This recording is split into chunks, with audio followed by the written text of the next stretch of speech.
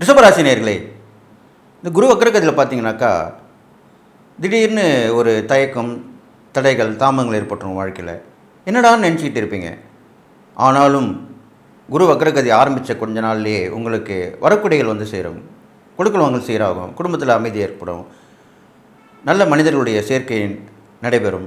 குடும்பத்தாருடைய ஒத்துழைப்பு கிடைக்கும். அவங்க ஆதரவு கரம் நீட்டுவாங்க.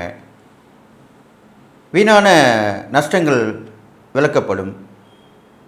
நிறைந்த ஆசைகள் மனதில் தோன்றும்.